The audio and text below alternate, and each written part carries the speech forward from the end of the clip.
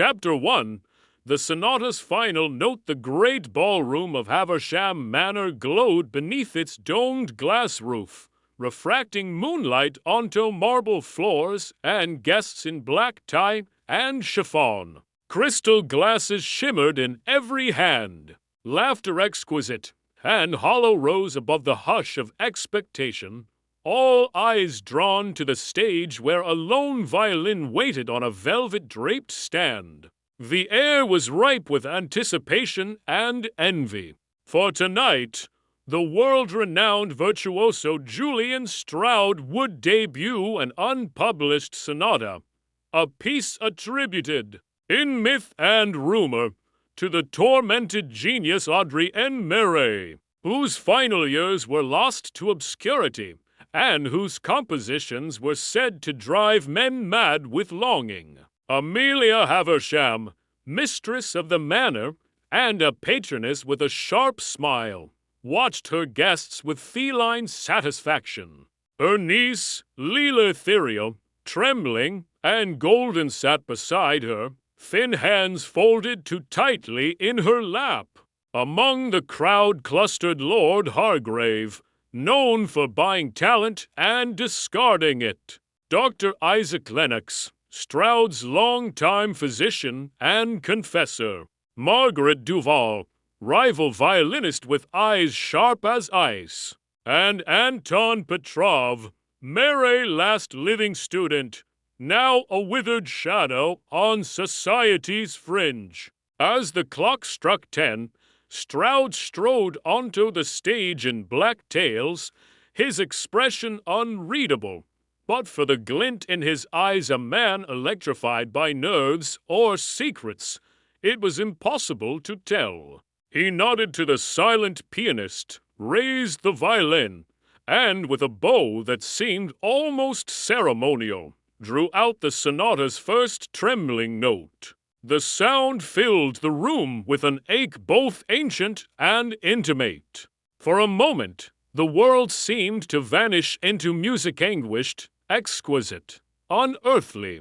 Then came the scream. It was Leela who shrieked first, but others joined in as Stroud, mid-phrase, lurched sideways and crumpled to the floor, his bow shattering in his hand. The violin skittered, a discordant gasp, and struck the foot of the piano. Glasses fell. Chairs scraped. Stroud convulsed once, face blanched, and mouth twisted in a silent plea, before going utterly still. Chaos. Guests surged back, tripping over gowns and polished shoes. Amelia's voice, razor-edged, cut through the panic. Call for Dr. Lennox. Now! But the doctor, already at Stroud's side, found himself frozen, his brow furrowed not in medical calculation, but in something closer to dread. Margaret Duval knelt, checking for breath, pulse. None. Stroud was dead. The violin, that rarest artifact, lay ominously still, its final note lingering in the shocked silence. The police, summoned with frantic urgency, arrived within minutes. They questioned the witnesses, cordoned off the ballroom, and took possession of the violin and the sheet music. No obvious wound, no sign of struggle. A heart attack, whispered some. Poison, muttered others. But as the guests, now suspects, were herded into the blue salon, the first rumors began to coil through the halls. Stroud's death was no accident. There were those who envied his genius, resented his fortune, or feared what secrets the Murray sonata might reveal. Leela sobbed quietly, her eyes never leaving the violin. Lord Hargrave raged at the inconvenience, while Anton Petrov watched the others with a peculiar, haunted resignation. Margaret Duval's hands shook as she adjusted her pearl necklace, her gaze flickering from Amelia to the police, as if measuring the room for hidden escape routes.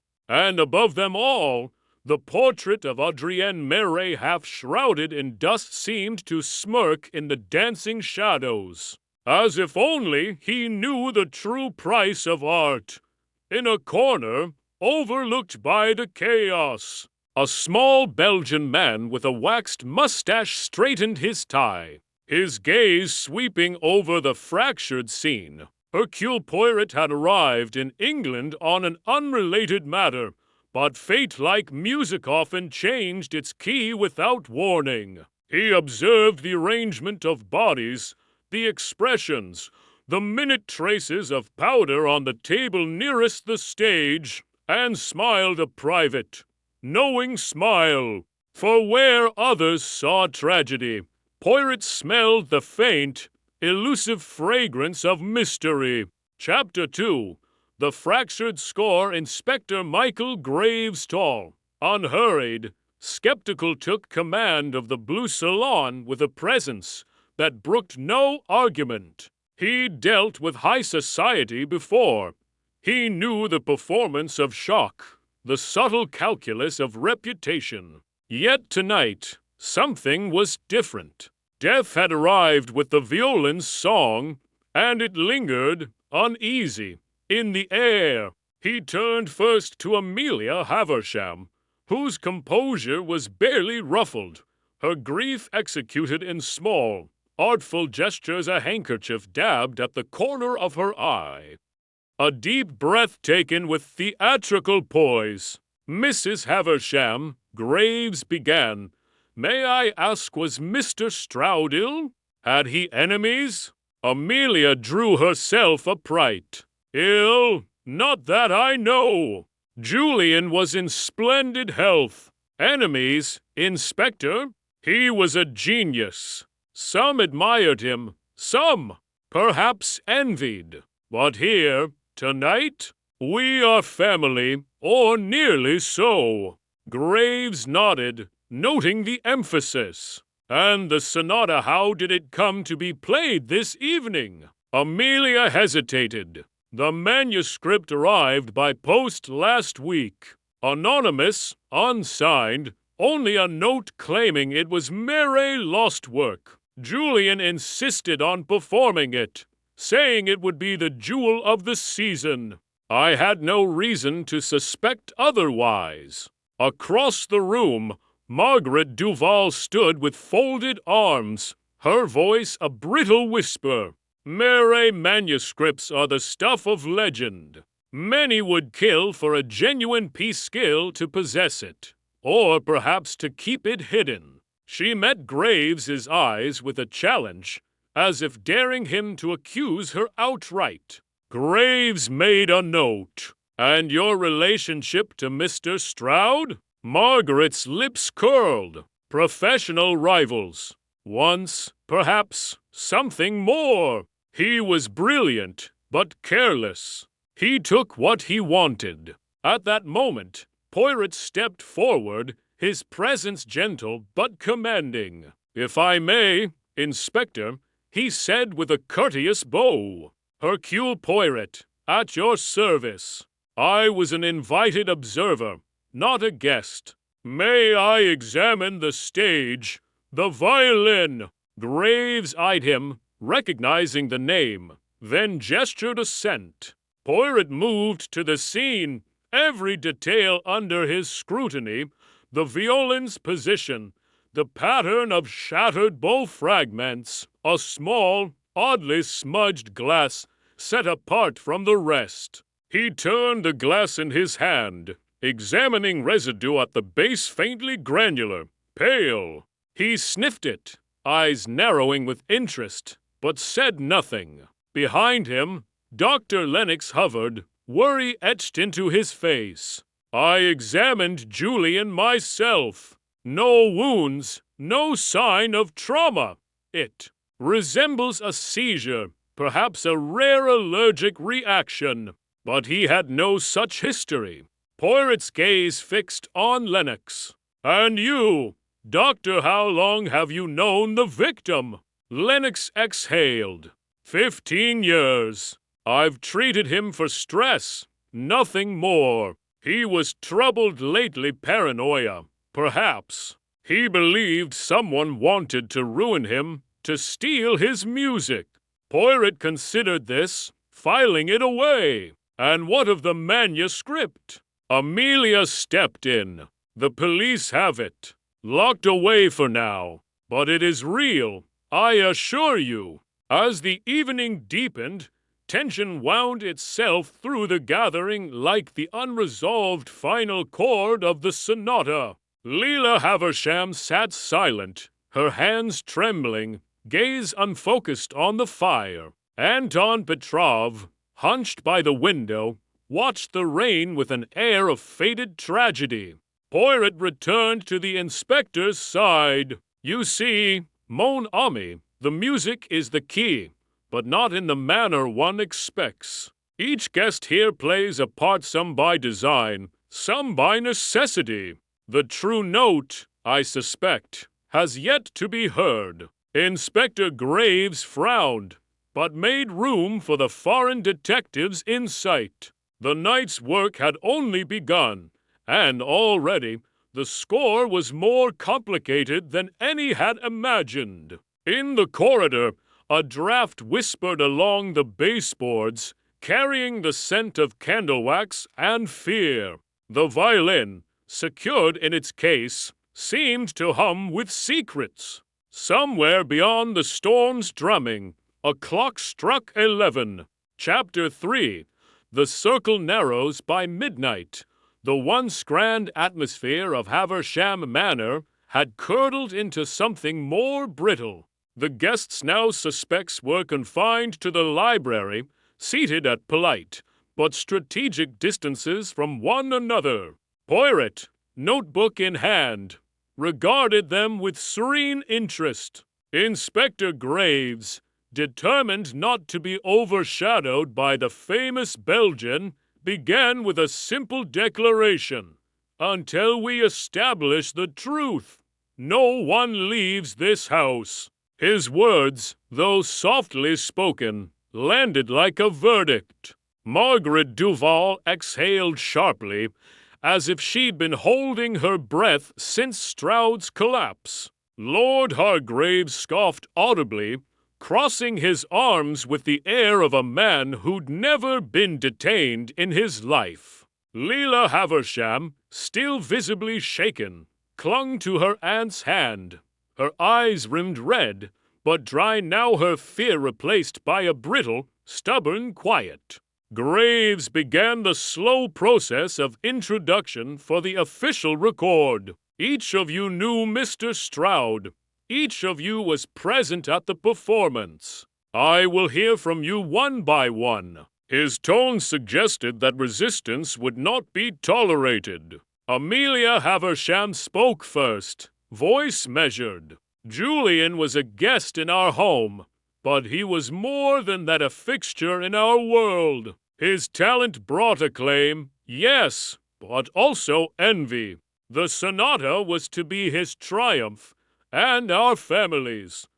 Poirot's eyes flickered to Anton Petrov, whose silence had acquired a weight of its own. And you, Monsieur Petrov, what is your connection to the deceased?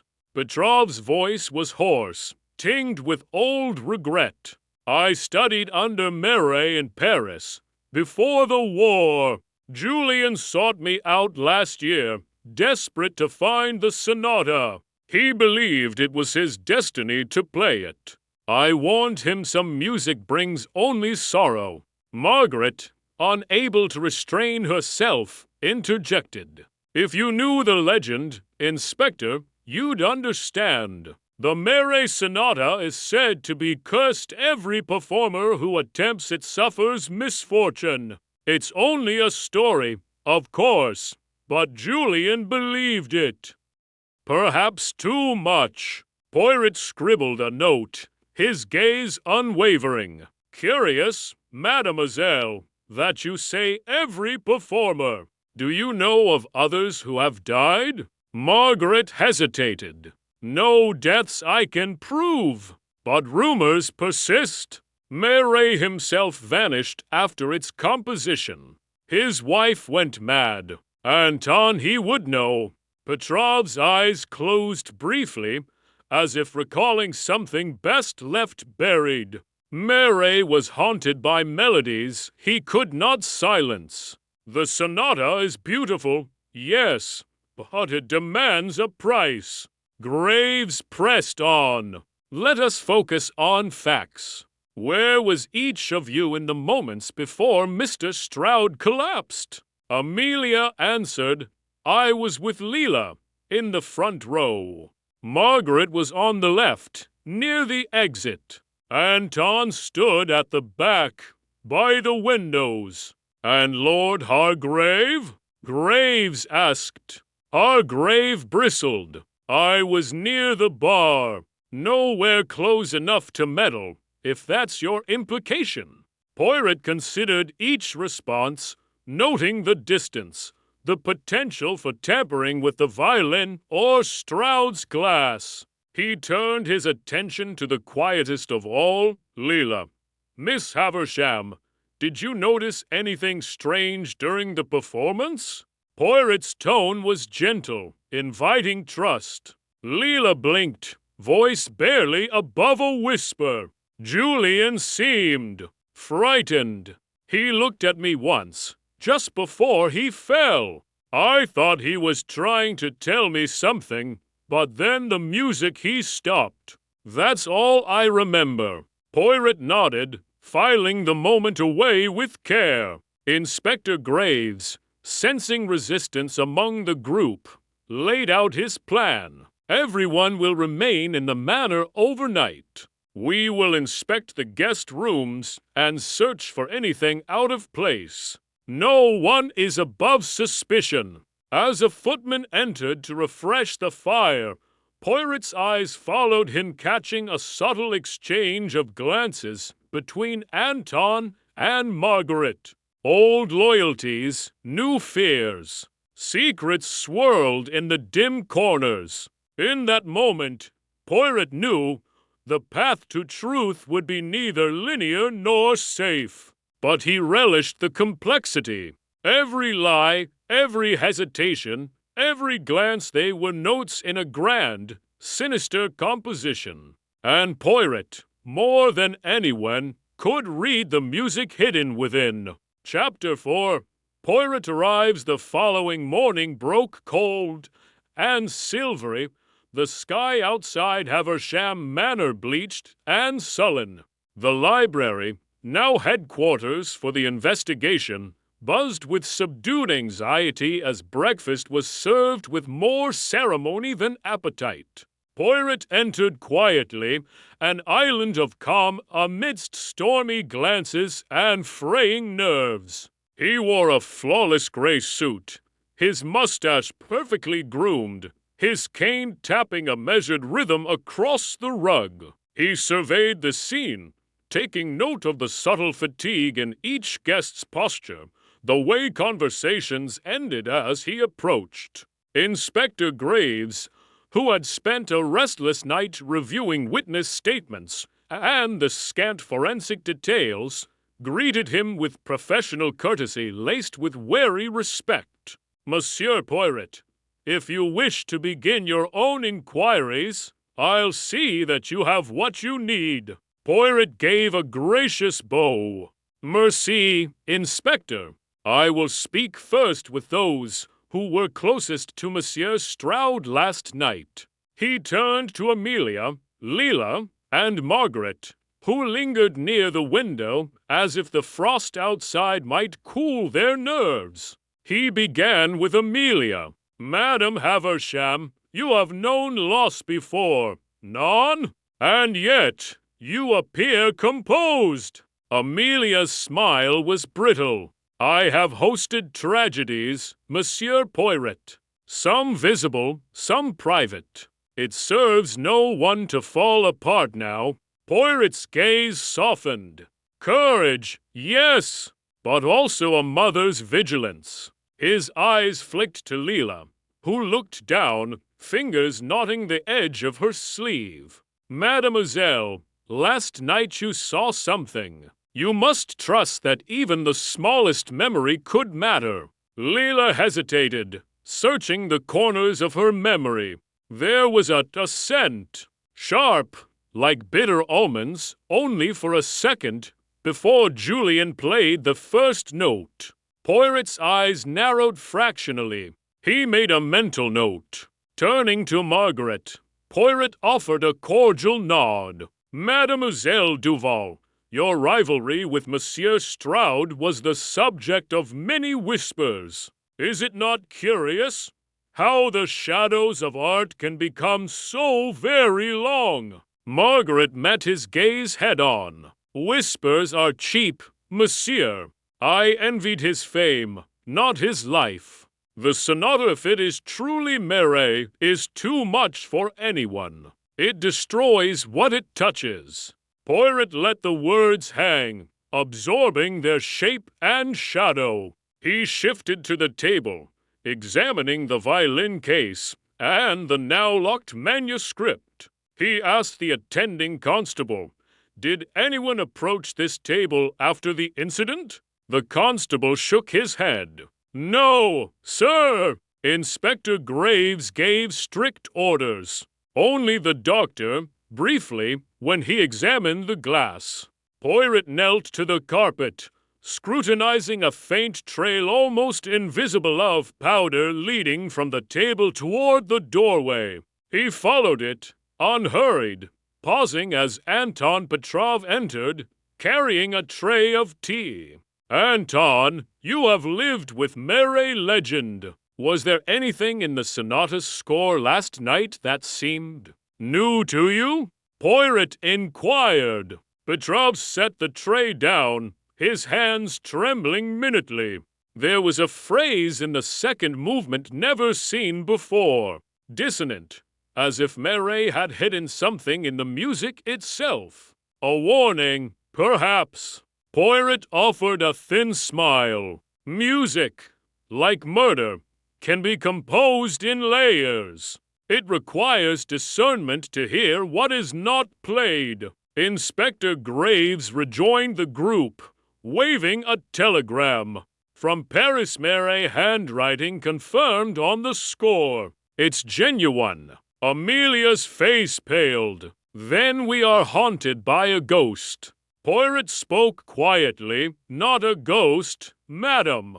Merely a human hand, clever and flawed, as all murderers must be. Margaret, unable to resist, asked, "Do you believe the music itself killed him, Monsieur Poirot?" Poirot's eyes twinkled. "No, mademoiselle! I believe a murderer used the sonata as a curtain behind which to hide their true act." The morning sun, weak and watery, crept across the carpet.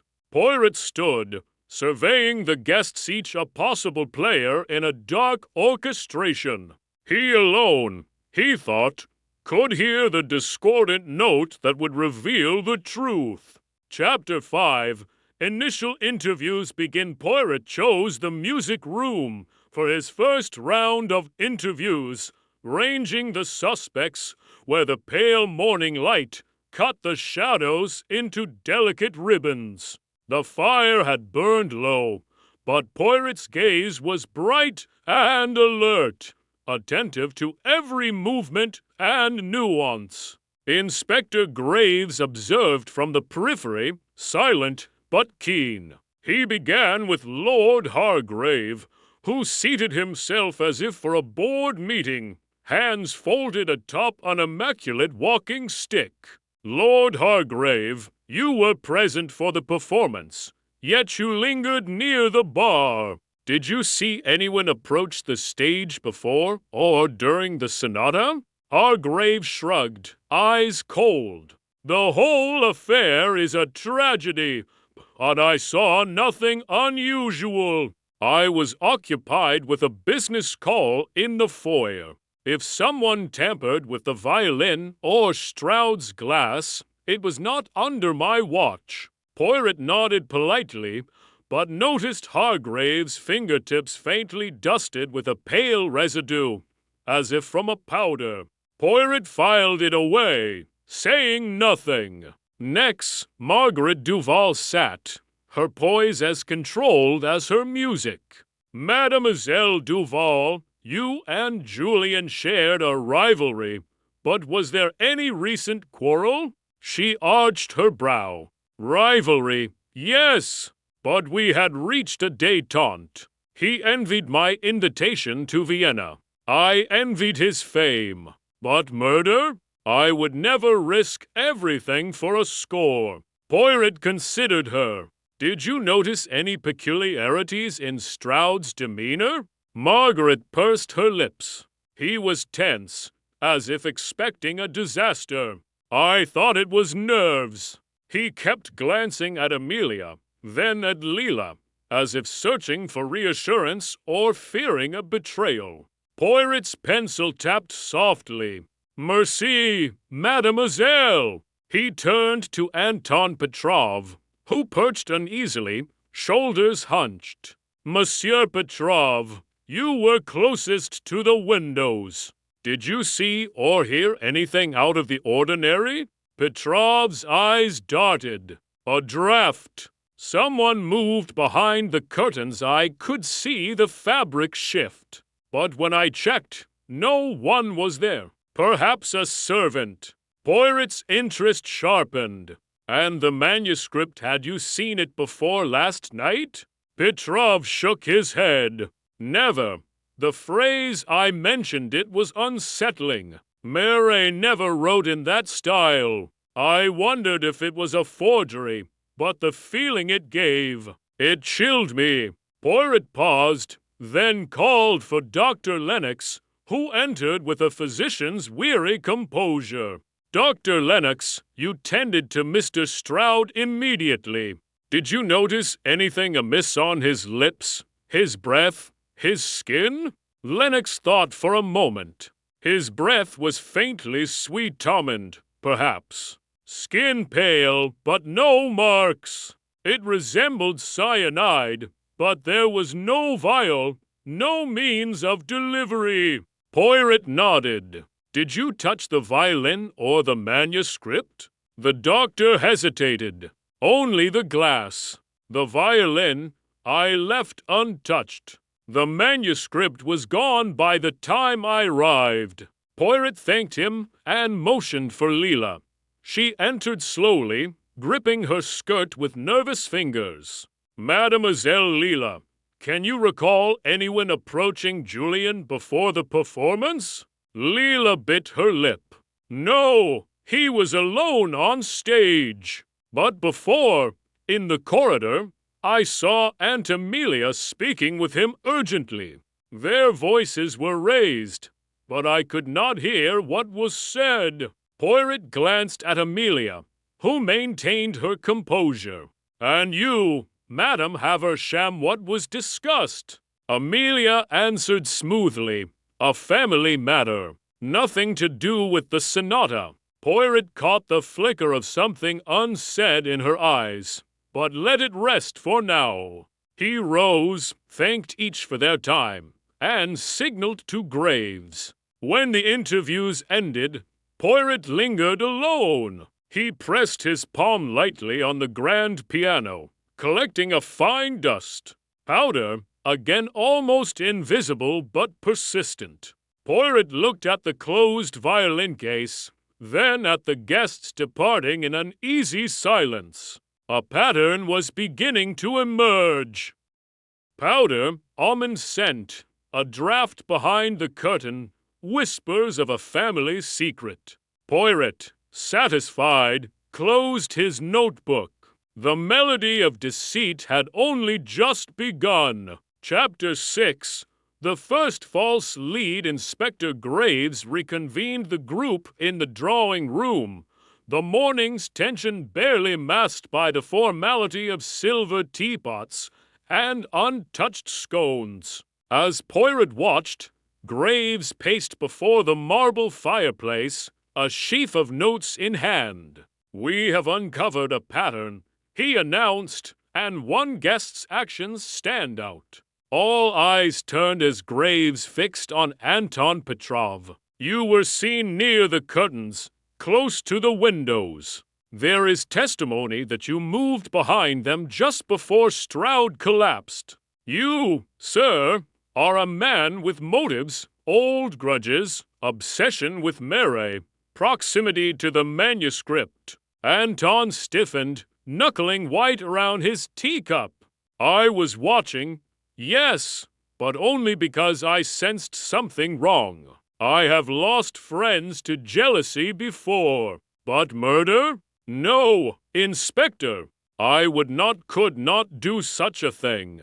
Poirot interjected gently, and yet, monsieur, the powder on the floor leads from the table to the window. You mentioned seeing the curtain move. If you were not there to tamper, then who? Anton swallowed. Perhaps a servant. I saw a shadow, but did not see the face. It could have been anyone. Graves pressed on. And what of the draft? Was it simply the wind, or someone escaping? Anton's voice trembled. I do not know, but I did not touch the violin or the glass. You must believe me. Margaret, unable to remain silent, added, Anton has never harmed anyone. He loved Mary, idolized him.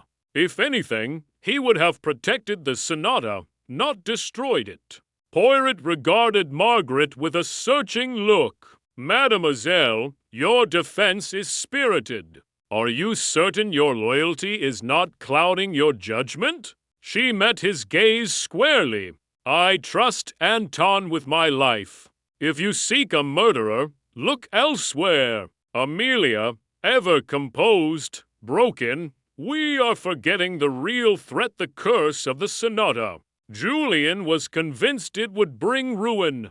Graves ignored the talk of curses. He gestured to a constable. Search Anton's room. If there is evidence of vial, powder, anything, bring it here. Within minutes, the constable returned, holding a handkerchief faintly dusted with white residue. Found this in a drawer, sir. Graves brandished the cloth.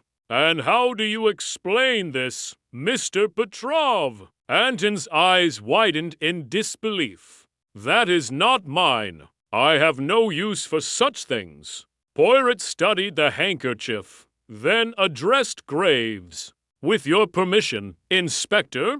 At Graves's nod, Poirot examined the fabric. He sniffed it, brow furrowing, then turned to Graves. The scent is faint, but familiar. Almond cyanide, perhaps. But I must ask, was the room secured after Anton entered last night? The constable hesitated. Not precisely, sir. There was a moment when the door was left unguarded while we responded to a disturbance in the corridor. Poirot's eyes flashed with interest. Then anyone could have placed the handkerchief there. Graves, frustrated, muttered, or Mr. Petrov is simply clever. Poirot pressed, or the murderer is cleverer still, hoping to frame an innocent man while the real method remains obscured. The group shifted uneasily. Leela whispered to Amelia, who squeezed her niece's hand. Margaret leaned closer to Anton, her loyalty unwavering. Petrov, pale but resolute, faced his accusers with the dignity of a man wronged. Poirot watched every gesture, every flicker of guilt or fear. We must not jump to conclusions. Inspector, the killer is among us, yes, but the solution is not so simple. In a drama such as this, even the most damning clue can be but a false note in the score. Inspector Graves, unconvinced but chastened, relented. Very well. No one is exonerated. No one is convicted yet. But I advise you all, do not test my patience. Poirot, silent, reflected on the day's events. The murderer had laid a clever trap, but in doing so, revealed a glimmer of method one that Poirot would not ignore. The game had only grown more dangerous. Chapter 7, the psychological game. The tension within Haversham Manor grew dense, coiling around each guest like a serpent. Poirot watched the dynamics shift, observed as alliances and suspicions sharpened under pressure. He decided the time had come to employ his true art, subtle provocation, gentle manipulation of the emotional undercurrents that bound the suspects together. He found Margaret Duval alone in the conservatory, her fingers tracing ghostly scales on the glass-topped table. "Mademoiselle," Poirot began quietly, "it is a cruel thing, is it not, to be so near greatness, yet always in its shadow?" Margaret's eyes flashed, wounded pride poorly hidden. "You mistake me, Monsieur Poirot. I never envied Julian's fame. It came at a cost I was unwilling to pay. He alienated those closest to him. His success was built on other people's ruins." Poirot inclined his head. "And yet, when the sonata appeared, you did not warn him. Did you not suspect the risk?" She faltered, searching for a safe answer. "Perhaps I was curious to see if he would fail. Or perhaps I wanted to see if the curse was real." Poirot let the words settle, then changed tack. "Who benefits from Stroud's death? Not just professionally, but in matters of the heart." Margaret's face is colored.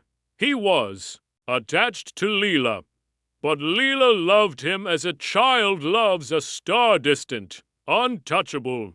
Julian's affections never lingered. They drifted as easily as his loyalties.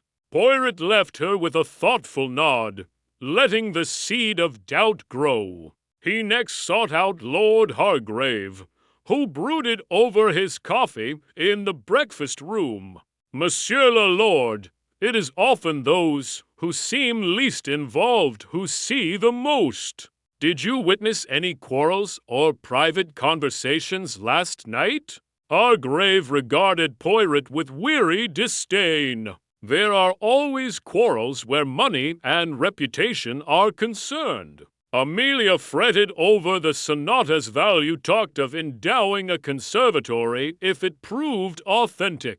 "As for the others, everyone here wears a mask. Do you wear one too, Lord Hargrave?" A humorless smile. "Mine is simply more expensive, Monsieur Poirot." Leaving Hargrave to his cynicism, Poirot drifted to the gallery, where Anton Petrov studied the storm outside, hands shoved deep in his pockets. Poirot joined him in silence, then murmured, "Fear often makes us see enemies where there are none. Anton, who do you fear most among the guests?" Anton's eyes glistened with fatigue. "I fear the legend is real. I fear what jealousy can do. But mostly, I fear I will never be free of Mireille's shadow, alive or dead." Poirot leaned in, voice soft as silk. "Did you love Margaret?" The old man's lips trembled. "Once, long ago. She chose her music. I chose exile. That is the end of it." Poirot left him to his memories. Finally, he approached Leela, who sat quietly in the library, knees drawn up on the settee. Her eyes darted at his approach, but Poirot smiled gently. "You are afraid, mademoiselle, but you must not let fear cloud your memory. Was there anything in Julian's final words? Any message only you could understand?" She hesitated. "He told me, just before the performance, that if anything happened, I was to look for the truth in the margins. I thought he meant his music, but now I don't know." Poirot's eyes brightened. Merci, mademoiselle. You have been most helpful. By late afternoon, the psychological atmosphere had shifted. Whispers grew sharper. Margaret avoided Anton. Amelia shadowed Leela, wary and protective. Hargrave brooded, and Dr. Lennox made himself scarce, his nerves fraying. Poirot conferred quietly with Inspector Graves. We must look to the margins not only in the manuscript, but in the stories these people tell themselves. The murderer is close to breaking. All it will take is the right pressure, a word, a glance, an inconvenient truth, and their mask will fall. As dusk crept in, Poirot knew the time for revelation approached. But first, he would let the tension rise, let secrets push against the walls of Haversham Manor, until someone made a fatal mistake. Chapter 8. A secondary mystery night drew its velvet curtain across the manor, and with it came another ripple of panic. Poirot was reviewing his notes in the candlelit study when a hurried knock broke his concentration. The door swung open to reveal Leela, pale as the moonlight behind her, clutching a letter in trembling hands. "Monsieur Poirot, you must come, please," she whispered, her voice taut with dread. He followed her along shadowed halls to the library. There, guests and staff huddled in confusion around Amelia Haversham, who stood rigid, holding a crumpled envelope. The household's butler, face gray with anxiety, spoke in low tones to Inspector Graves. Upon the table lay a silver tray meant for late-night tea, its teacups undisturbed except for one, spilled and staining the linen a vivid red. Poirot stepped closer, eyes quick to scan every detail. "What has occurred, madam?" Amelia's voice trembled despite her practiced control. "I came here to find a book and noticed a strange scent. Then I found this note, addressed to me.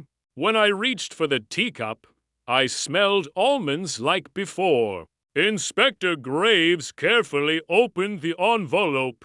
Reading aloud, "You search for the truth in music, but beware the next note could be your last. Justice is blind, but poison does not miss its mark." Margaret gasped, clutching the arm of a chair. Anton's face blanched. Lord Hargrave scowled, as if the drama were a personal inconvenience. Leela hovered near her aunt, wide-eyed and silent. Poirot examined the cup, sniffing the dregs. His eyes narrowed. The same bitter almond scent. Another attempt this time, a warning. Graves gestured to the butler. "Who prepared this tray?" The butler replied, "Cook made the tea, as usual. I brought the tray up myself, set it in the library, and left. No one else entered, except perhaps the maid, but she has been with the staff all evening." Poirot inspected the envelope. Its paper was thick, elegant, and faintly dusted with a powder matching the residue from the morning. "The person who placed this note wanted you to discover it. Madam, it is both a threat and a clue. The murderer grows desperate." Amelia sat, shoulders drawn in. "Why target me? I did nothing but host this dreadful event." Poirot's gaze softened, but his words pressed. "Perhaps you know more than you realize, madam. Secrets breed danger, especially in old houses." The group fell into an easy silence, each wary of the others. Poirot watched the way Margaret avoided Amelia's eyes, how Anton paced, wringing his hands. Leela flinched whenever a new question arose. Even Hargrave, usually unflappable, looked uneasy. Poirot knelt to study the floor beneath the tea tray. Once more, the faintest track of powder led to the door and vanished into the darkness beyond. "The same substance," he murmured. "We have a clever poisoner, Inspector. One who taunts rather than flees." Inspector Graves gritted his teeth. "I will have the staff questioned again, and the manor searched from attic to cellar. No more accidents, no more games."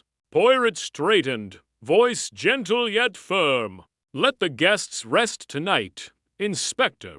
The murderer will not strike again so soon. Desperation is a dangerous fuel, but it cannot be sustained." As the guests drifted away, Poirot lingered with Leela. She produced the letter she'd hidden another, with her name in a careful, foreign hand. "I found it on my pillow," she whispered. "It says only, 'You are the key, but keys may break.'" Poirot's brow furrowed in concern. "Keep this safe, mademoiselle. Someone fears what you might remember or discover." Thunder rumbled distantly as Poirot watched the library empty. The atmosphere was taut, every nerve in the house pulled to breaking. The murderer had revealed a new level of boldness, and fear now threaded through every room. But Poirot, methodical and undaunted, turned the letters over in his hands and smiled, ever so slightly. For in the killer's attempt to intimidate, they had shown their hand a second crime, a new mystery, and a clue hidden in plain sight. Chapter 9.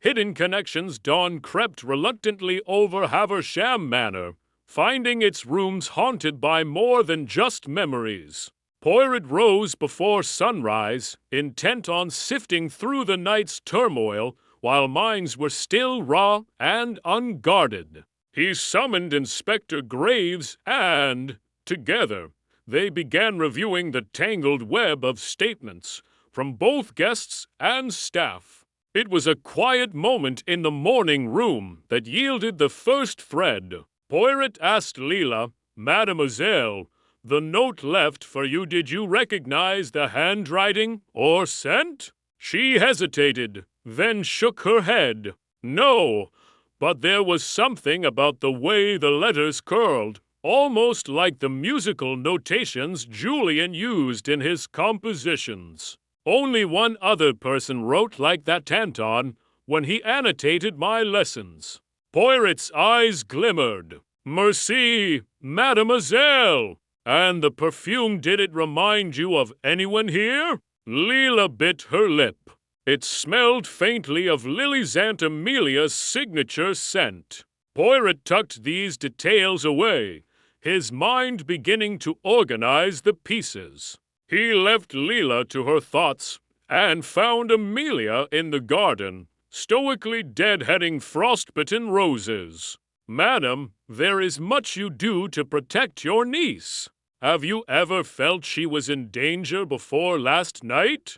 Amelia, voice steady, replied, "Not truly. Leela is sensitive, drawn to melancholy things. I have always tried to shelter her, but music, it opens doors, some best left closed. Julian's death has undone her." Poirot nodded, his gaze unwavering. "And Anton Petrov, how well do you know him?" She looked away. "Only as a teacher. He and Margaret were close, once, but it ended badly. He cared for Lila's talent, perhaps too much." Meanwhile, Graves pressed Lord Hargrave in the billiards room. "Your financial interests in the sonata's authenticity, were they personal or professional?" Hargrave replied, "Both. A genuine Murray is worth a fortune, but more than that, it's prestige. Amelia wanted the manor's legacy secured. I would have benefited, but so would the Havershams." Poirot, entering, picked up the thread. Monsieur la Lord, you are accustomed to leverage. How did you intend to use it here? Hargrave snorted. I intended to fund a European tour for Julian, with exclusive rights to the sonata. The scandal ruins everything. Now, I am merely an investor with empty hands. Poirot pressed gently. You seem bitter, but not grief-stricken. Hargrave's eyes narrowed. I have lost before, Monsieur Poirot. One learns to recover. Upstairs, Margaret Duval sat at her dressing table, her mirror reflecting more than her own doubts. Poirot joined her, quietly directing. Mademoiselle, Anton has always defended you, yet your loyalty seems complicated. She sighed, voice thin. He is a good man, but guilt-ridden. I left him for my career, for Julian's patronage. It hurt Anton. I wonder now if I made an enemy without realizing it. Poirot studied her face. Do you trust Anton? A long pause. I want to, but secrets fester, and music, as you said, has many layers. As the morning wore on, Poirot pieced together hidden alliances. Anton's loyalty to both Leela and Margaret ran deeper than friendship. Amelia's protectiveness bordered on obsession. Hargrave's interests were tinged with desperation. Staff interviews revealed that the household had not been as orderly as it seemed. Doors left ajar, keys missing, odd comings and goings late at night. Poirot gathered Graves, Amelia, and Margaret. It becomes clear, he announced, that no one in this house is a mere bystander. Each of you is bound to the others by secrets old and new, love, rivalry, money, and shame. The motive for murder may not rest with the sonata alone, but with the connections forged and broken around it.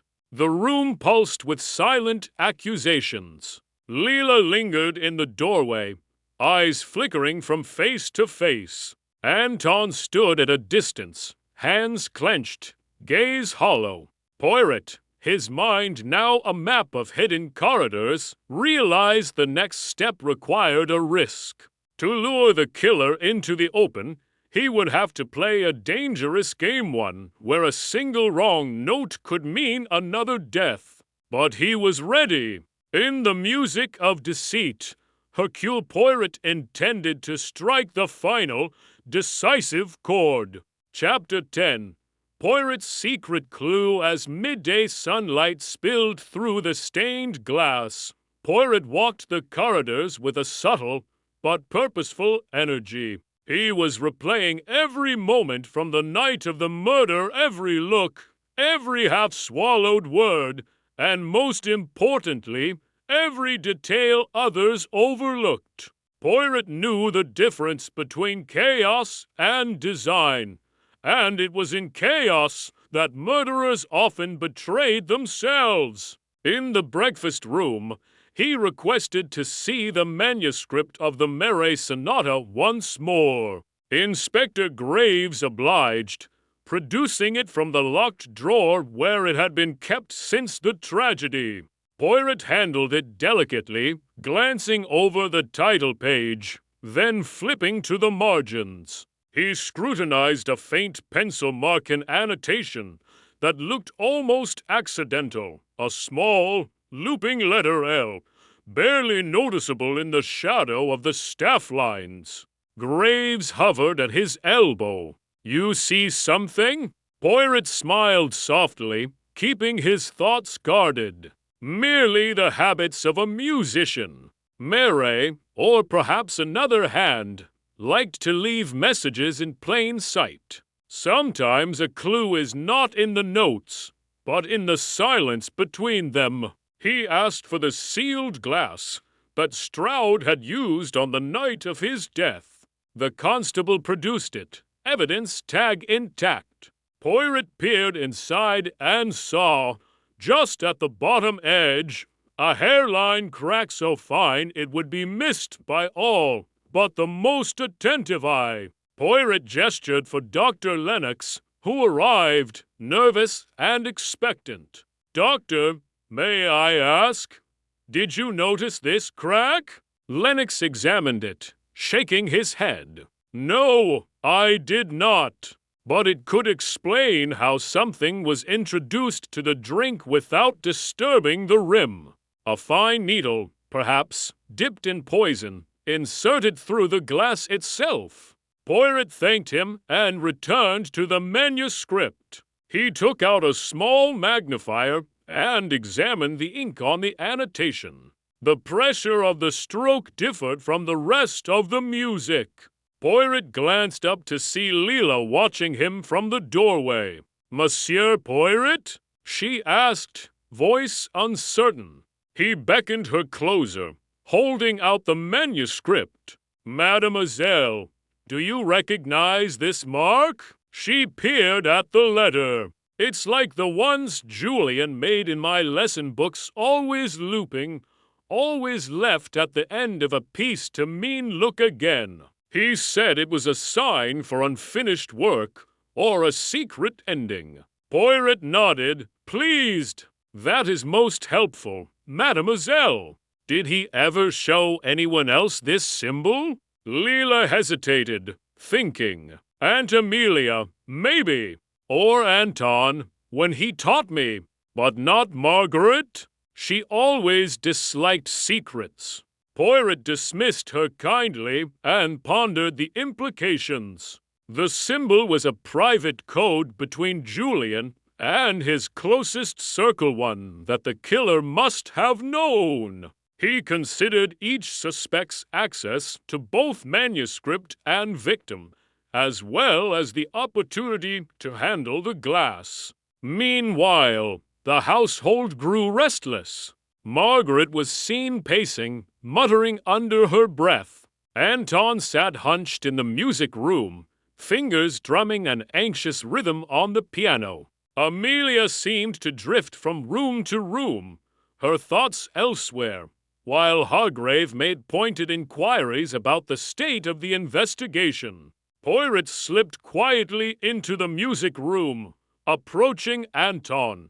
"Monsieur Petrov, you once spoke of a phrase in the sonata that felt out of place. Will you show me?" Anton nodded, opening the manuscript to the second movement. Poirot followed his finger to a sequence of dissonant notes, jarring amidst the sonata's otherwise haunting melody. In the margin beside it, the looping L appeared once more. Poirot's mind whirred. This phrase, could it represent a name, a warning, a cipher? Anton's eyes widened. In Russian music, sometimes notes spell words C, B, for Sasha, for example. Perhaps here, the notes spell something, but in French. Poirot copied the sequence, noting its intervals and their corresponding letters. He saw at once what Anton did not. The notes could spell out Leela. Poirot's heart raced. The message in the music was not for Julian, but for Leela, perhaps a plea, perhaps a warning. He pressed Anton gently. "Monsieur, who besides you and Julian could recognize this pattern?" Anton swallowed. "Amelia she studied with Meret before the war. She would know the code." Poirot thanked him, keeping the revelation close. Now he understood the killer's real motive. Not fame, not fortune, but protection twisted, desperate, and hidden behind layers of music and memory. As he closed the manuscript, Poirot allowed himself the briefest smile. He would not reveal the secret clue yet. Not until the time was right, when the pressure would force the killer's hand. The stage was nearly set for confrontation, and Poirot, alone in the audience, knew which shadow to watch. Chapter 11. Tensions rise. Afternoon shadows stretched long and thin through the halls of Haversham Manor, as if time itself had grown restless. The atmosphere was taut, every conversation clipped, every glance edged with accusation or doubt. Poirot observed it all from a quiet armchair in the corner of the library, his little grey cells alive with possibility. Inspector Graves, who had adopted a more vigilant tone since the second poisoning attempt, now held a private conference with Lord Hargrave in the study. You had the most to gain from the sonata's unveiling, Graves accused, and every reason to see Stroud fall. Hargrave bristled, voice sharp. Do not insult my intelligence, Inspector.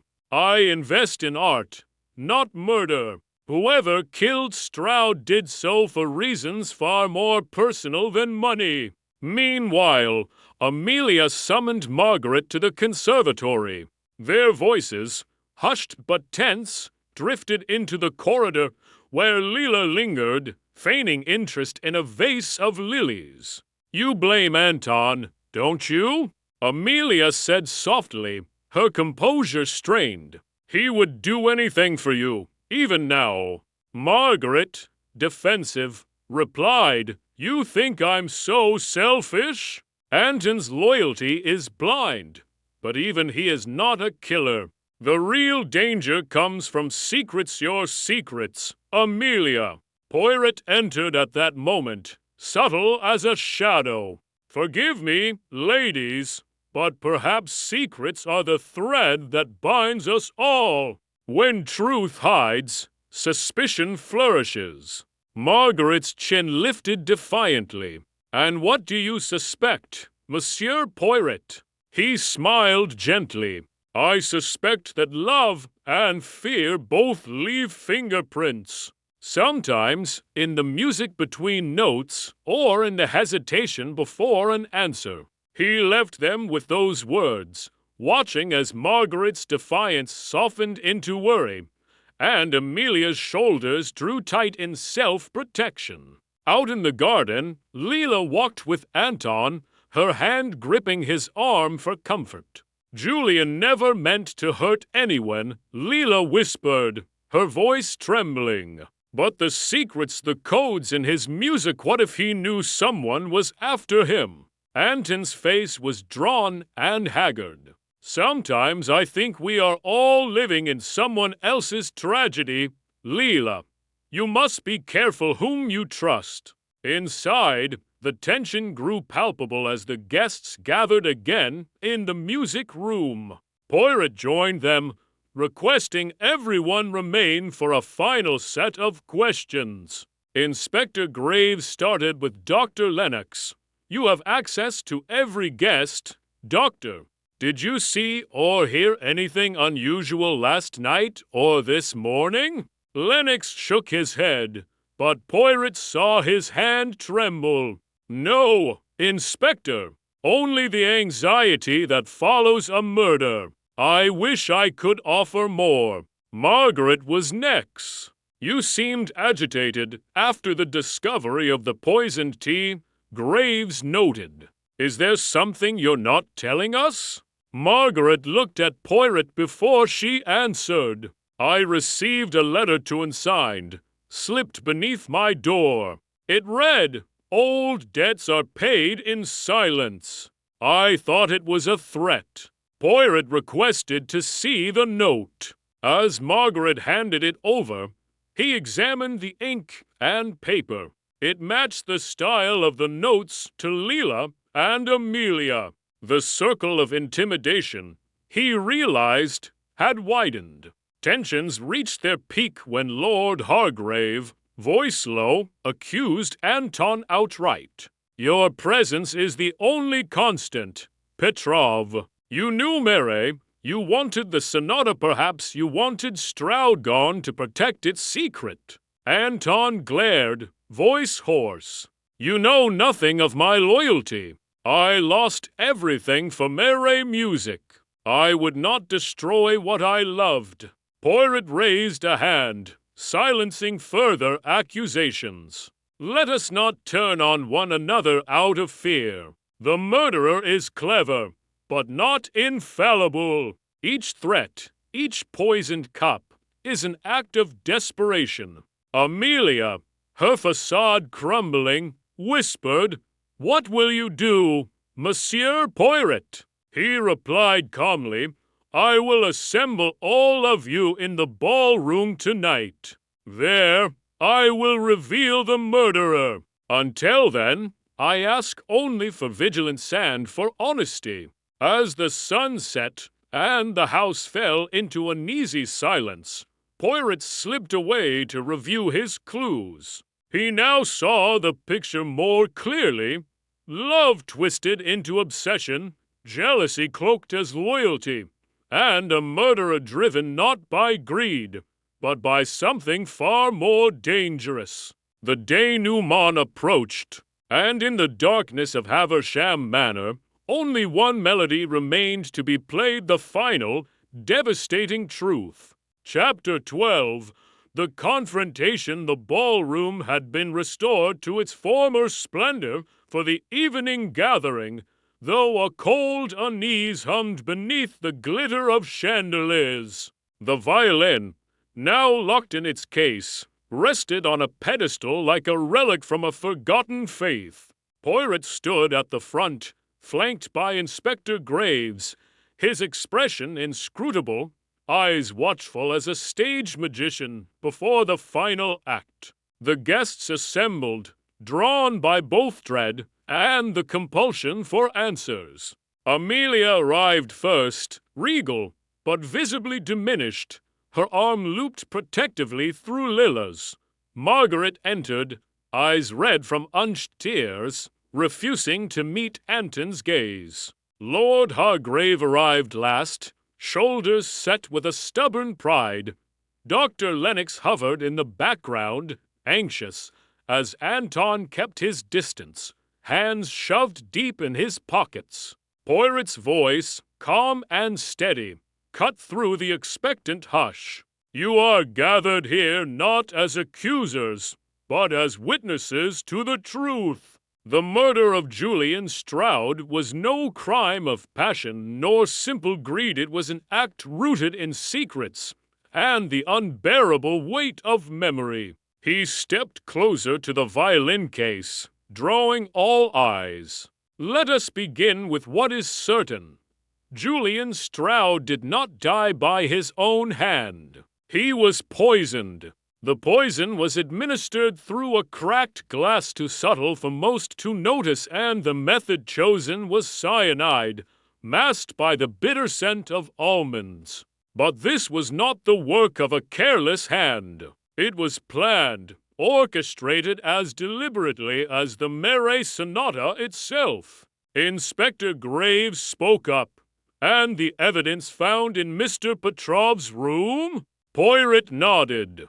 "A clever ruse, Inspector. The handkerchief with powder was planted a red herring designed to turn suspicion on Anton Petrov. But the true killer made two errors. First, they underestimated my attention to the pattern of powder across the manor. Second, they left a mark in the manuscript, a looping L, a symbol known only to Julian, Leela, and one other." He turned to Leela. "You alone recognized it, Mademoiselle. A secret code, a plea to look again. The message in the music spelled your name. You were the intended recipient, but not the intended victim. Someone sought to protect you from a truth too dangerous to bear."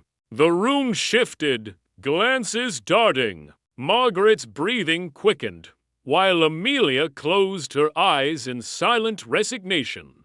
Poirot continued, "Let us consider the motive. Lord Hargrave, you had much to gain, but your interests were financial. Dr. Lennox, your access could have allowed for tampering, but your loyalty to Stroud is clear in your actions. Margaret, You bore Julian resentment, but your pain comes from lost love, not murderous intent. His gaze settled on Amelia. Madam Havisham, you have protected Leela all her life. You feared what the sonata, what Julian, would reveal. You were once a student of Mary, were you not? Amelia's voice was barely above a whisper. Yes, I loved him once. He left me the sonata in secret, hoping I would guard its darkness. When Julian threatened to expose it to use Lila's talent for his own glory, I could not allow it. Tears threatened, but she steadied herself. Leela is my daughter, not my niece. The truth would have destroyed her. Julian knew and tried to force me to his will. So I did what I thought necessary. I laced the glass with poison, planted evidence, and wrote the letters.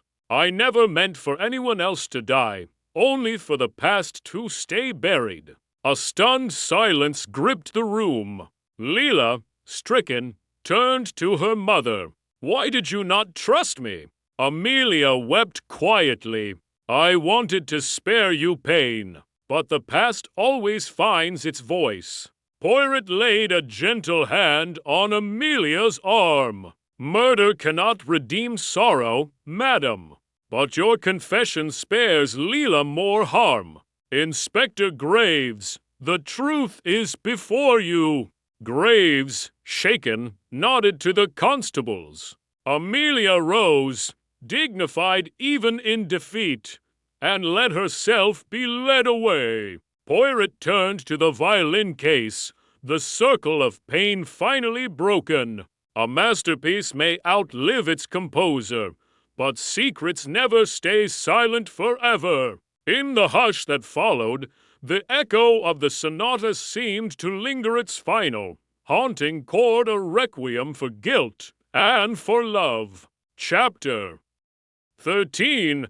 A desperate attempt to escape the revelation of Amelia's confession had left Havisham Manor in shock. While Graves and his constables escorted Amelia away, the rest of the household dispersed in nun silence, the grandeur of the ballroom replaced by a hollow, uncertain quiet. But beneath the surface, tension still simmered. There were questions unasked, emotions unresolved, and, in Poirot's mind, a sense that one thread remained dangerously loose.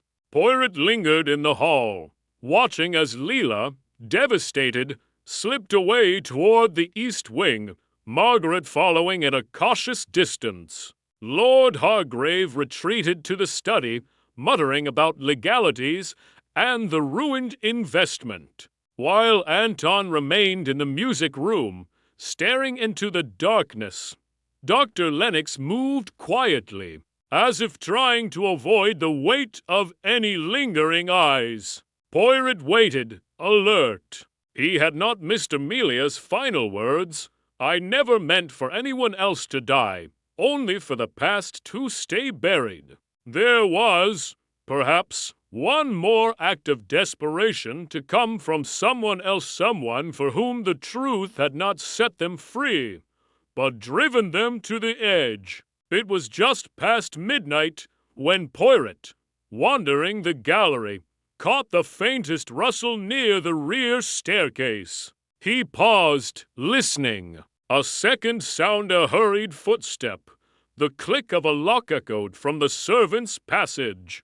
Poirot moved swiftly, silent as a cat, and saw a shadow slip down the stairs, clutching a leather-bound folder. He recognized the figure instantly, Margaret Duval. Her face, usually so composed, was drawn with fear and resolve. She darted through the kitchens, out into the moonlit garden, and toward the old stables. Poirot followed, careful to remain unseen. The night air was cold and biting. Mist curled around the garden's edges, swallowing footsteps and muffling cries.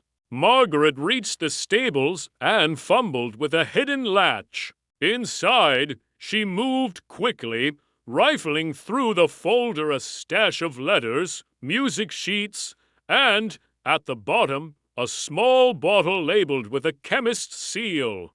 Poirot watched from the shadows, piecing together the truth. A sudden noise, a clatter from a fallen pitchfork made Margaret whirl. Poirot stepped into the shaft of moonlight. "It is late for a stroll, mademoiselle." Margaret's face blanched, her composure shattered. "Poirot, why are you following me?" He held up a hand, gentle but unyielding. "Because, mademoiselle, the truth was not complete. You knew of Amelia's plan. You knew more than you confessed." Tears sprang to Margaret's eyes. "I did. She came to me for help. She begged me to destroy the sonata after Julian's death. She feared Lilla's gift would be her curse. I couldn't do it. Poirot, I couldn't let the music vanish forever." Poirot approached, voice low. "And the bottle, mademoiselle? What role did it play?" Margaret looked at the chemist's vial in her shaking hand. "It was never for Julian. It was meant for myself. I couldn't bear the guilt, the secrets, the lies. I thought, if all was revealed, I would pay the price." Poirot reached her side, his tone now urgent but compassionate. "Despair solves nothing, mademoiselle. Your silence did not make you a murderer. It made you a witness to pain. Yes, but not its cause. Amelia acted from fear. You acted from love, however misguided." Margaret collapsed onto a hay bale, sobbing. "I wanted to protect Anton. I thought if the sonata disappeared, all would be forgotten. I kept the music, the letters, everything hidden. But then the threats came, the poisonings. I thought it was Anton then, I thought it was me. I couldn't trust anyone. I still can't." Poirot knelt beside her, taking her hand. "Mademoiselle, the cycle ends tonight. Give me the music, the letters. Let the truth live in daylight, not in the shadows." Shaking, Margaret handed over the folder. "It's all here, the original sonata, Morais's letters to Amelia, even Julian's drafts. Please make it right." Poirot nodded, deeply moved. "You have my word." Outside, Inspector Graves approached, alerted by the commotion. "What's going on?" Poirot stood, folding Margaret's hand gently in his. "A desperate attempt to bury the past, Inspector. But there will be no more secrets tonight." Graves eyed the folder, then Margaret. "She's not under arrest?" Poirot shook his head. "Her only crime was silence. The true culprit has confessed." Graves relented, signaling for a constable to escort Margaret back to the manor. As she left, Anton appeared in the garden, drawn by the voices. He saw Margaret's tears, Poirot's reassuring presence, and seemed to understand. He placed a hand on Margaret's shoulder. "It's over now, Marguerite. Let the music rest." As dawn broke, Poirot carried the folder inside. He paused in the ballroom, setting the sonata on the grand piano, its pages safe at last. For Poirot, the melody of sorrow had finally reached its coda. The legacy of the forgotten violin sonata would endure, not as a curse, but as a story of grief, forgiveness, and the courage to let go. Chapter 14. The final piece falls into place as the first blush of dawn tinted the clouds above Haversham Manor. Poirot sat alone in the music room, the leather-bound folder open before him. Light seeped through the frosted windows, falling across Morais's original score, Amelia's trembling handwriting, and a scattering of Julian's annotated pages. The house was finally quiet, the storm of accusation and confession spent, yet Poirot felt a lingering dissonance, a question not yet resolved, a final piece stubbornly refusing its place. He studied Morais's sonata, tracing the looping L once more, and paused at a marginal note scribbled by Julian in faded pencil. For L may the music protect, not destroy. The words rang out in Poirot's mind, echoing the web of motives, guilt, and longing that had drawn so many lives to ruin. It was not merely a warning. It was a plea. Poirot's gaze drifted to Leela, who entered the room, eyes rimmed with exhaustion. She hovered near the piano, glancing at the manuscript as if it might still bite. "May I sit with you, Monsieur Poirot?" she asked softly. He nodded. "Of course, Mademoiselle! This story, this music, was always for you, was it not?" Lila's eyes shone with unshed tears. "My mother tried to shield me from the truth, from her love for Mary, from the legacy of his genius. But secrets don't protect, do they? They only make us lonelier." Poirot reached across the table, offering her a gentle smile. To live without truth is to live without music. Leela, it is silence, not harmony. She wiped her eyes. Will the world ever hear the sonata? Poirot considered. That choice is yours. The curse is not in the notes, but in the fear we carry.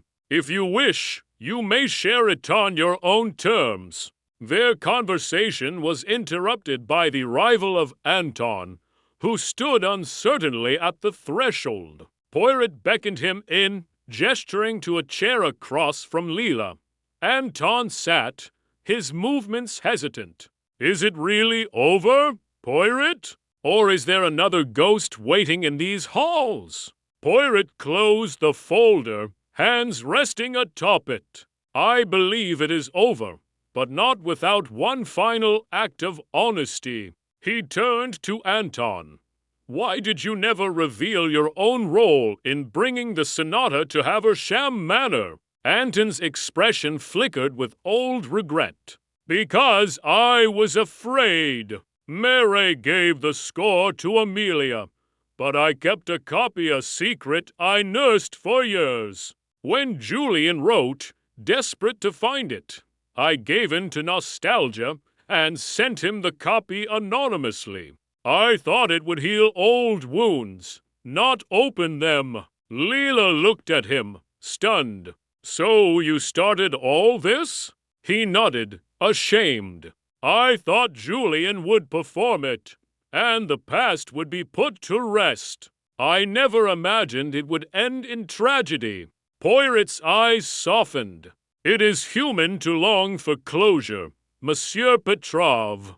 But sometimes our attempts to tie up the past create knots instead of endings." The trio sat in silence, the weight of memory pressing in. Outside, the sounds of the waking manor signaled a return to ordinary life. Footsteps in the corridor, the clatter of breakfast dishes, the cautious voices of staff. Poirot listened, searching for any discordant note, any echo of unfinished business. He found none. Suddenly, Inspector Graves appeared in the doorway, face ashen, but resolved.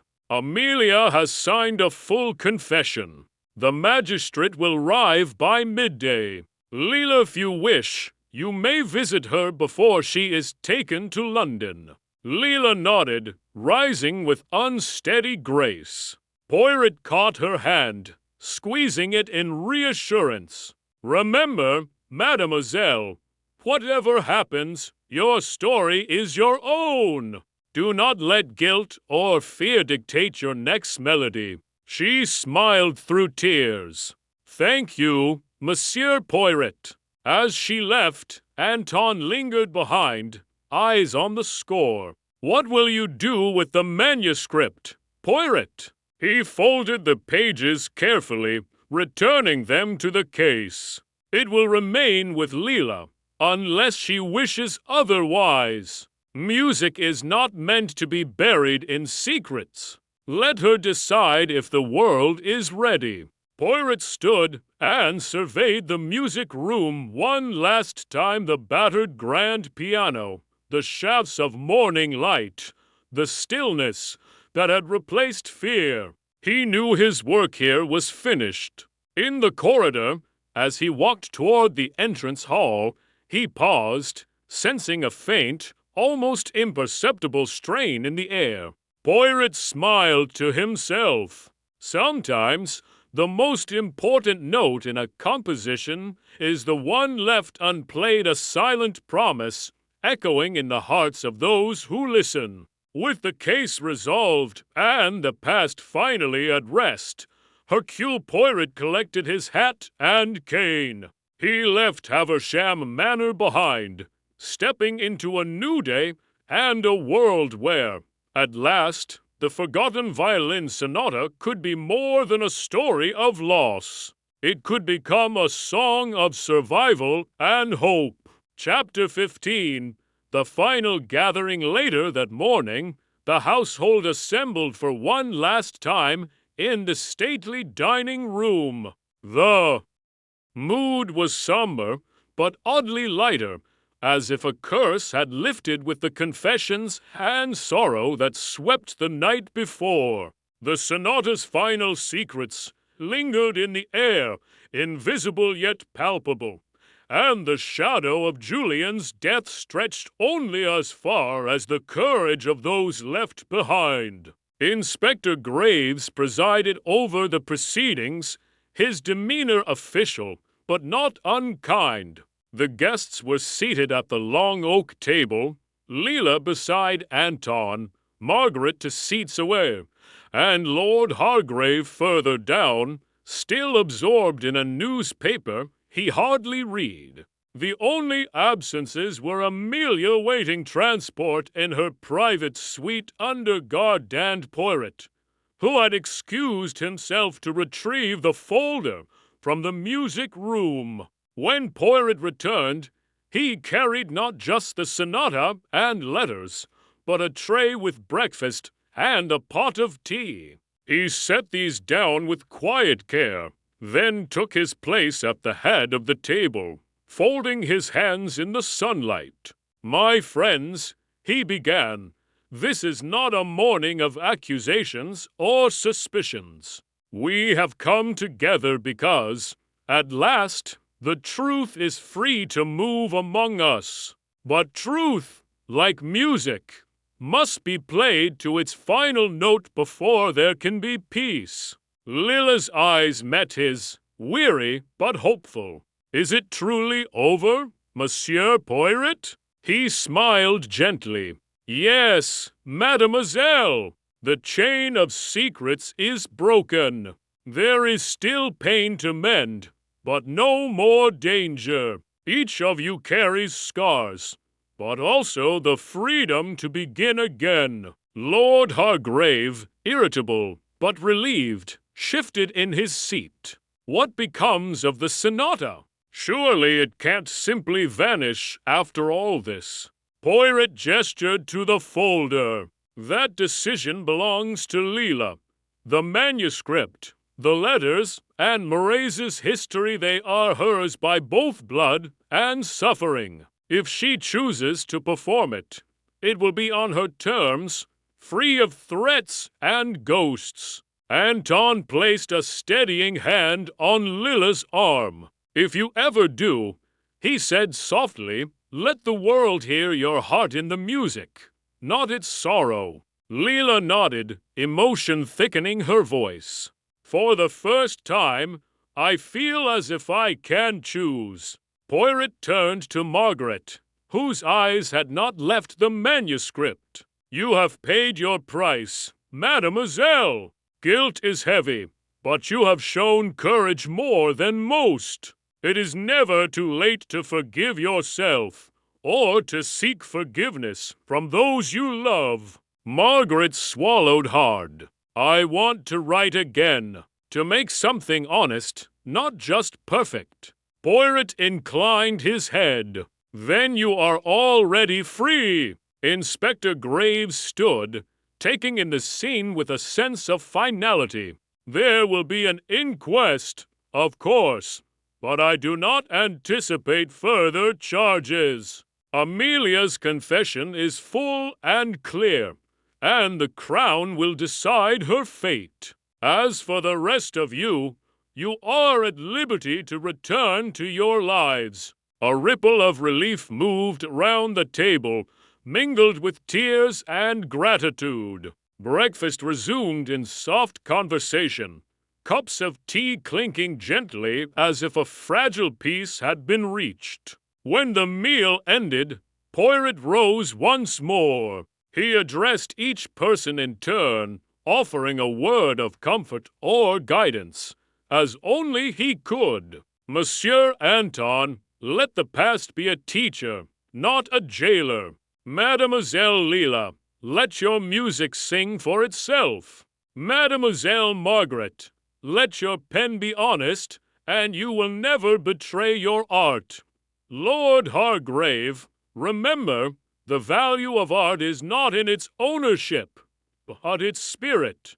Finally, Poirot turned to Inspector Graves. "You have been both tenacious and fair. Mon ami, the law has its role, but justice is sometimes a matter of the heart." As the guests began to drift from the room, Leela lingered. She gathered the manuscript, holding it close, as Anton and Margaret waited nearby. Together, they stepped out into the garden, the day bright and impossibly clear after so many clouds. The old house seemed to breathe easier. Poirot watched them go, his heart heavy yet satisfied. He felt no triumph, only a quiet contentment that the last note had finally sounded, and the final gathering brought more healing than harm. He turned to the window, looking out at the retreating figures.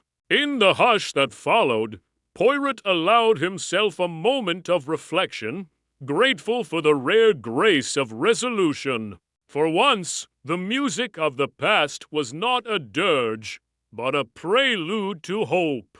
Chapter 16. The reveal the morning after the final gathering dawned pale and quiet, the first rays of sunlight cutting through the fog that had clung to Haversham Manor for days. The house, once alive with whispered fears and hidden anxieties, now seemed at peace, almost unearthingly so. There were no more accusations, no more suspicion hanging in the air. The weight of truth had finally settled, and with it came a calmness that would take time to settle fully within the hearts of those who had been touched by the unfolding events. Poirot, however, knew that peace was fragile. His mind, ever alert, was still piecing together the last fragments of the case. He had seen the murderer's hand clever, but not infallible, and while Amelia's confession had been the final truth, there was something else, something hidden in the very fabric of their interactions that Poirot could not let go of. He had gathered the remaining guests in the library, where sunlight streamed through the high windows, casting long shadows on the floor. There was no need for pretense now, no need for the elaborate ruse of waiting. The truth had already been laid bare. All that was left was for Poirot to address the last piece of the puzzle. The room fell silent as he stood, his hands clasped behind his back, his gaze sharp but patient.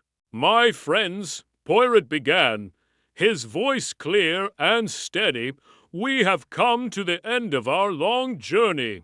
The answers have been found, the secrets uncovered. Yet, there remains one final question. Leela, her face still pale from the events of the previous night, glanced up at him. What do you mean, Monsieur Poirot? Everything is settled now, isn't it? Poirot gave her a soft smile. Mademoiselle, you are right in many ways. And yet, there is one truth that has not been fully examined. It lies within the very heart of this tragedy, the sonata itself. Margaret Duval shifted uneasily in her seat, her eyes narrowing slightly. What do you mean by that? The sonata is no longer a mystery. We've all seen it for what it is: Julien's obsession, Morais's curse, and Amelia's desperation. Poirot nodded slowly. Yes, mademoiselle, but there is something more, something that none of you have yet considered. He turned to Anton Petrov, who had been silent through most of the conversation, his eyes focused on the floor. Monsieur Petrov, you were the one who recognized the dissonant phrase in the second movement. Were you not? Anton's expression tightened, but he nodded. Yes, I did. I thought it was a clue, a warning even, but I did not understand its full significance at the time. Poirot leaned forward, his eyes piercing. That phrase, that dissonant sit was not an accident. It was a deliberate choice, a choice made by someone who knew the sonata intimately, someone who knew its power and its danger. Lila's breath caught in her throat. You're saying someone else was involved? Someone besides my mother? Poirot paused, letting the question hang in the air for a moment before answering. Yes, mademoiselle. The true mastermind behind the manipulation, the one who orchestrated this entire drama, was not your mother alone. It was Julian Stroud. The room fell still, the words echoing in the silence. Lila's eyes widened in shock, while Anton's face flushed with confusion. Julian? Anton repeated, his voice hoarse. But he was the victim, Poirot. How could he have been involved? Poirot straightened, his voice calm but unwavering. Because Julian Stroud was not simply a victim. He was a player in this tragedy from the very beginning. He knew about the sonata's curse. He understood its power. And he knew that whoever controlled it could control not only the music, but also the lives of those around him. He paused, allowing the weight of his words to sink in. Julian manipulated your emotions, Mademoiselle Leela, as he did with everyone. He knew how much you longed for your mother's approval, how you wished to prove yourself worthy of the music. And so, he pushed you to play it, to take up the mantle of Morais's legacy. Leela shook her head, disbelieving. But I never knew. I thought he was helping me. I thought he was my mentor. Poirot's gaze softened. That was his gift. He played the part of the mentor, the guide, all the while knowing he was leading you down a dangerous path. He wanted the sonata to be played, to prove its power. He knew that once it was performed, once it was exposed, it would have devastating consequences. Lila's hands clenched into fists in her lap. And my mother, she was just trying to protect me from him. Poirot nodded. Exactly. Amelia saw the danger, but she was trapped by her own fear. She knew the sonata's curse would destroy everything, and so she tried to keep it buried. But Julian had already set the pieces in motion. He knew he could control the narrative, that he could manipulate everyone around him to play their parts. He looked at each of them in turn, Margaret, Anton, Leela, and Graves, each of them now seeing the full picture for the first time. Amelia was driven by fear, yes, but also by love. She protected you, Leela, because she understood the cost of music, the cost of fame.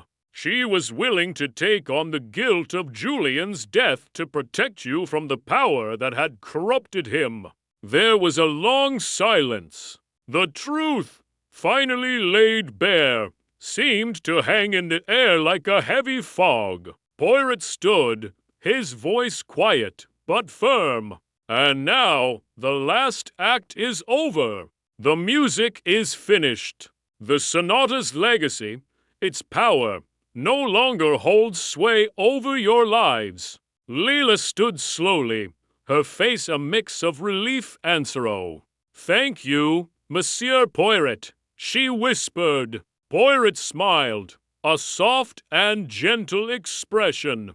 "It was my pleasure, mademoiselle. Remember, music can heal, but only when we choose to play it in truth." As the guests departed, some with new resolutions and others with quiet grief, Poirot stood by the window, watching the world outside slowly return to its normal pace. Aversham Manor, once a house of secrets and shadows, was finally at peace. And so was the music. Chapter 17. Outcome and Justice, the final chords of the Mere Sonata, though not yet played in its entirety, had reverberated through Haversham Manor. The air felt still now, as though the house itself were holding its breath, waiting for the last echoes to fade. Poirot stood in the center of the library, the folder containing the sonata resting beside him, its power no longer something to be feared, but a symbol of the truth that had finally come to light. The sun had begun its slow descent, casting long, delicate shadows across the polished wood of the floors. The garden outside seemed to mirror the peace that had settled into the house, the storm that had raged only a day earlier now a memory. And yet, Poirot knew that the story was far from finished, for there were still matters of justice to be resolved. Inspector Graves was seated near the fireplace, his expression weary, but not unkind. His job was done, but he, too, understood that some things couldn't be settled by law alone. In the silence that enveloped them, Poirot spoke. "Inspector, you are a man of great patience, and it is that patience which has led to the resolution of this case. But there are questions that remain unanswered, aren't there?" Graves looked up, brow furrowed. "I suppose so, Poirot. But what more is there to answer? Amelia confessed, the music was found, the poison identified. The rest—" He trailed off, unable to finish the thought. Poirot smiled faintly, his fingers lightly tracing the edge of the manuscript. "Justice is not just a matter of facts, mon ami. It is also about the understanding of human nature. We know the what, the who, and the how. But do we truly understand the why?" Graves hesitated, then nodded. "Perhaps we don't. Amelia's actions are hard to reconcile with anything but fear and desperation. She loved Leela, there's no question about that. But the way she went about protecting her, it's beyond what most would have done." Poirot paused, thinking deeply. Amelia did what she thought was necessary, yes, but it was not simply love that drove her. It was guilt. She believed that by hiding the truth, she could protect Leela from the very same curse that had doomed her own life. The inspector leaned forward, intrigued. Guilt. But what was it that she had to hide? Poirot's voice softened, as if choosing his words carefully. Amelia Havisham was not just a mother trying to protect her daughter. She was a woman who carried the burden of a secret her own relationship with Mary. She was involved with him, yes, but she also knew what his music could do to those who embraced it too closely. Julian knew this too, which is why he pursued it so desperately. And in the end, it was that very pursuit that killed him. Graves nodded, as if coming to a deeper understanding. So, it wasn't just the music that killed Julian, it was the obsession with it. The curse wasn't real, but it was real enough in the minds of those who believed it. Poirot's eyes gleamed with a knowing look. Exactly, mon ami. The danger was never in the music itself, it was in the minds of those who sought to control it. The obsession became a self-fulfilling prophecy. The room fell into a heavy silence as Poirot allowed the weight of his words to settle. He could see the understanding in Graves's eyes, the shift from law to human complexity that he had come to expect in his work. The inspector knew now that justice wasn't always about what could be proven in court. Sometimes it was about understanding the frailties of the human heart. As the evening wore on, the last guests departed, leaving the manor quiet once more. Leela, with her heart heavy, but resolved, chose to stay in the house, surrounded by the remnants of a life that had been fractured by secrets. Margaret, her resolve now strengthened, had gone to see her own family, seeking solace in the embrace of those who knew her better than anyone else. Poirot remained in the library, where he had spent so many hours pondering the case. He turned his attention to the manuscript one last time, the music now both a symbol and a memory.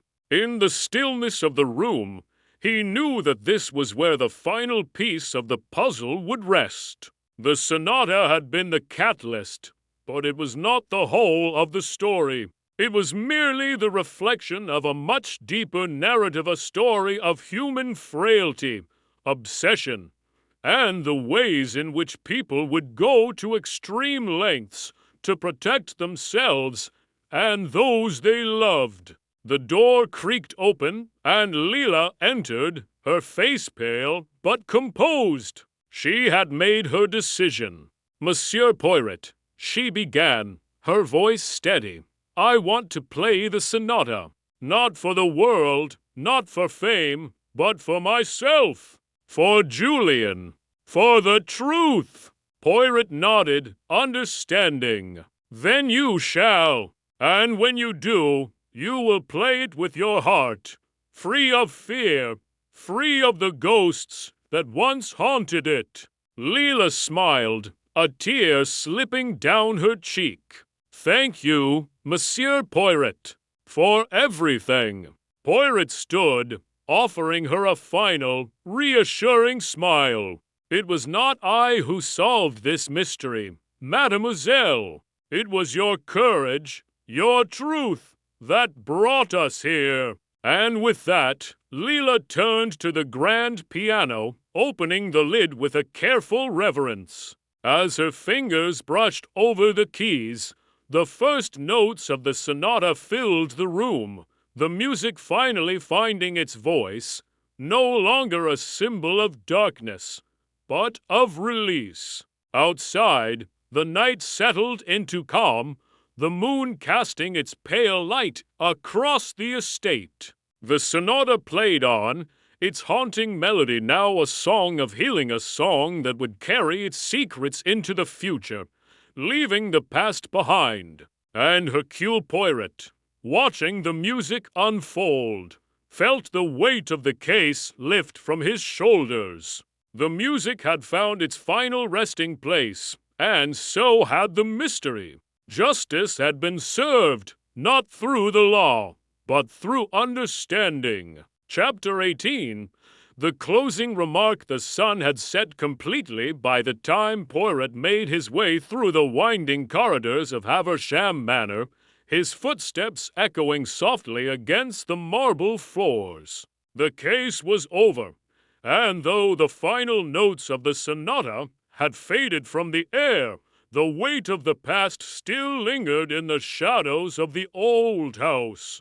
The broken threads of obsession, guilt, and desperation had been carefully woven into a single, unspoken truth. Yet Poirot felt a sense of lingering unrest, as though the end was merely an illusion, a quiet before another storm. He reached the library, where the remaining traces of the case seemed to rest in quiet surrender. The sonata, now tucked safely away, and the final evidence, buried in the corners of the room like forgotten memories. Leela had played the sonata for herself, her music a soft release from the burden of her family's secret. There was peace in that, Poirot thought, but no real closure. Perhaps there was no such thing. As he entered, he found Graves seated at the large oak table, going over papers with a distracted air. The inspector looked up, his face a mix of relief and exhaustion. "Poirot," Graves said, standing, "I didn't expect to see you here tonight. I thought you'd be gone by now." Poirot smiled gently, though his eyes were clouded with reflection. "You think the work is done, Inspector, but is it true?"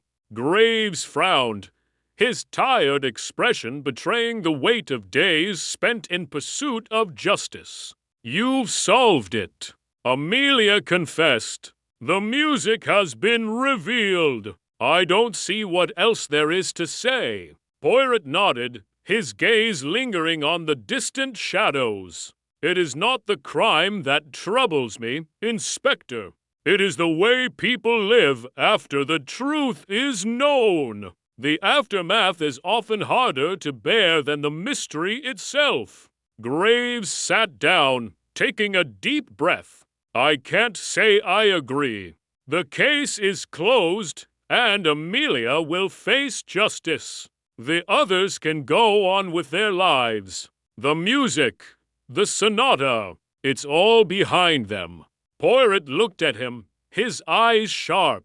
"Is it, Inspector? Or do you believe that they will leave this house unchanged? That the past can simply be closed like a book on a shelf?" Graves didn't respond immediately, but there was a flicker of uncertainty in his eyes.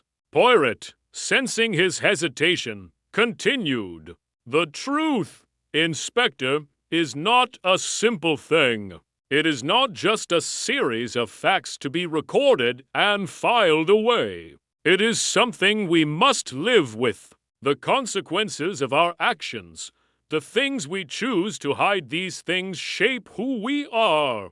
Graves leaned back in his chair, rubbing his eyes. "You're right, I suppose. It's just hard to imagine how anything can go back to normal after everything that's happened." Poirot's expression softened. "Indeed. But that is why we must learn to forgive not just others, but ourselves as well. You have done your duty, and I have done mine. The rest is not for us to control." A long silence settled between them. Poirot looked toward the window, where the moonlight now bathed the garden in silver light. The world outside was quiet, at peace. For a brief moment, Poirot allowed himself to simply be still. "I'll never forget this case," Graves said quietly, breaking the silence. "It's one thing to solve a mystery, but this, It felt like I was part of the tragedy. Poirot met his gaze. We all play a part, Inspector. Sometimes we do not realize the roles we are meant to play. It is not the mystery that defines us, but how we respond to it. Graves nodded, a slow understanding creeping into his tired eyes. And the others? Poirot glanced aft door where the final guests had left the night before. They will heal in their own way. Door where the final guests had left the night before. They will heal in their own way.